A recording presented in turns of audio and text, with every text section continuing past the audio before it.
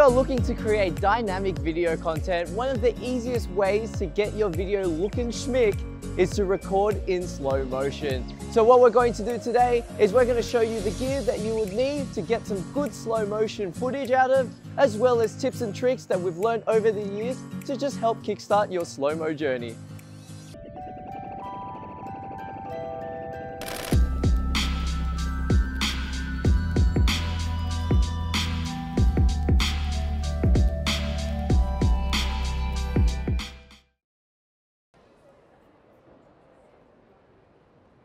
No, I missed it.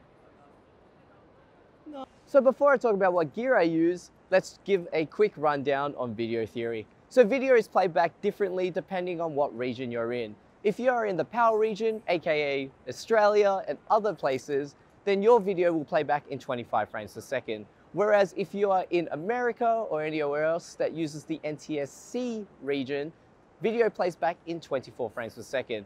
Now for slow motion, if you record at a higher frame rate than either of those numbers, you'll basically have a larger amount of frames per second that you can condense down and make it really smooth and slow. For example, if you're filming in 50 frames, divide that by 25 and you can effectively get 2 times slower footage. Same thing if you record in 100 frames, divide that by 25, which equals 4, you can slow your footage down by 4 times the speed. Basically, the higher frame rate you film in, the smoother and slower you can go. Which is why for my gear today, I have chosen to use the Sony a7 Mark III.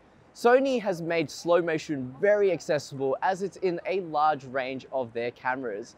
If you want something a bit more mid-level or budgety, the a6400 and a6500 has pretty good slow motion capabilities inbuilt.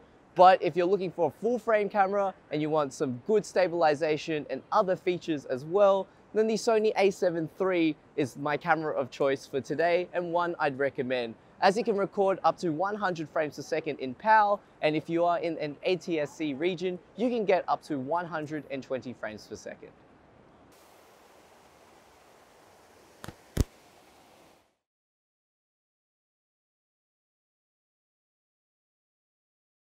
So let's talk about settings when filming slow motion. If you already do video or are familiar with the 180 rule, it still applies in slow motion recording. So if you're filming at 100 frames per second, you'll generally have a shutter speed at around 1/200. Now this won't be the case in some scenarios. For example, if you are filming high-paced action photography such as Formula 1 racing, you might still get some motion blur at 1/200th of a second, meaning you will have to bump up the shutter speed just a little bit. So balance your ISO accordingly to the environment you're in and you should get some pretty good shots. And just running off that, if you are filming at higher shutter speeds, it will ultimately affect your exposure.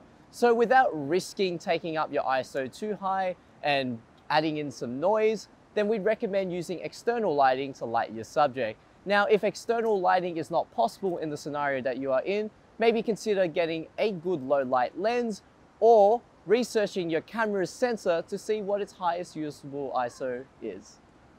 So just a quick little tip on motion. So when you're filming slow motion, you can move around and pan, or you can follow your subject as well. Don't be afraid to not stay stagnant when filming because you are filming at a higher frame rate. So it's a lot more forgiving with camera shake. In addition as well, your slow motion footage is gonna look a bit more interesting and dynamic. Lastly, with slow motion, it's all about practice. So practice to see what works and what doesn't, and don't be afraid to ask people or use your friends as subjects to practice on. Get them to run, jump, kick things around, and basically in no time at all, you will learn how to become slow motion gods and better content creators. If there are any other tutorials you want to see or have any questions, photography or video related, pop them in the comments below. Make sure to follow us on our Facebook, Instagram, as well as our blog, and links to those are in our description below, just to stay up to date with our latest events and what's going on in store. And as always, make sure to hit the like button and the subscribe button so you don't miss out on our future updates as we upload videos weekly.